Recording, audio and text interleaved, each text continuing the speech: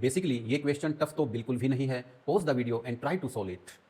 If a plus b upon xa plus yb is equal to b plus c upon xb plus yc is equal to c plus a upon xc plus ya, where x comma y is not equal to 0 and a plus b plus c is not equal to 0, then each of these ratios is equal to. ये ratios given हैं, ये equal हैं और इनके साथ कुछ conditions हैं कि x comma y 0 नहीं है, a plus b plus c भी 0 के equal नहीं है. तो इन ratios के equal इनमें से कौन सा option होगा? तो ये question बहुत ही easy है अगर आपको ये property ध्यान है, ratio and proportion वाली, यानी कि a b का ratio अगर equal है c d के ratio के और ये equal है E और F के रेशियो के एंड सो ऑन, ऐसे ही हम चलते जा रहे हैं. तो इन सभी रेशियोज के इक्वल एक रेशियो और होता है, उसको आप ऐसे मेमोराइज कर सकते हैं कि लैम्डा 1 हमने कोई कांस्टेंट ले लिया तो ये ऊपर वाली टर्म यानी कि A, फिर प्लस कर सकते हैं लैम्डा 2 यानी कि सेकंड कांस्टेंट इनटू ये C, सेकंड जो रेशियो है उसकी ऊपर वाली टर्म, प्लस लैम्डा 3 और इनटू में ले सकते हैं E, यानी कि जो इन सभी में न्यूमरेटर्स में आपको जो दिखाई दे रहे हैं उन सब के साथ आप अलग अलग कांस्टेंट लेके मल्टीप्लाई करके और इन सभी टर्म्स का सम कर सकते हैं. और डिनोमिनेटर में भी इसी ढंग से करना होगा, यानी कि अगर आप a को लैम्डा 1 से मल्टीप्लाई कर रहे हैं तो इस रेशियो की जो सेकंड टर्म है b,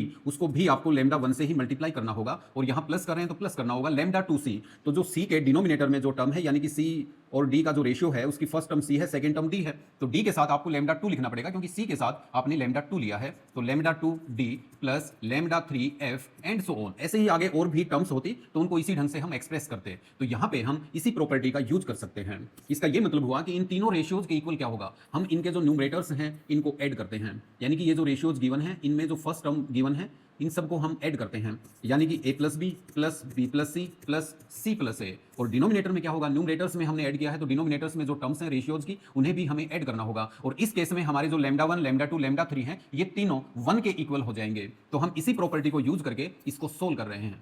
तो this is equal to X A plus Y B plus X B plus Y C plus X C plus Y ए.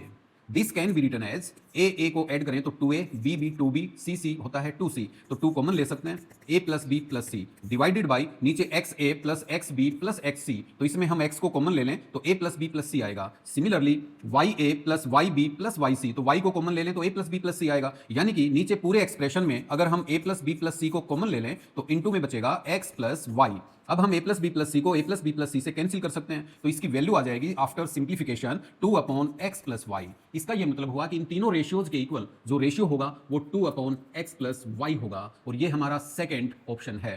तो इसका करेक्ट आंसर सेकेंड ऑप्शन है. Thanks for watching.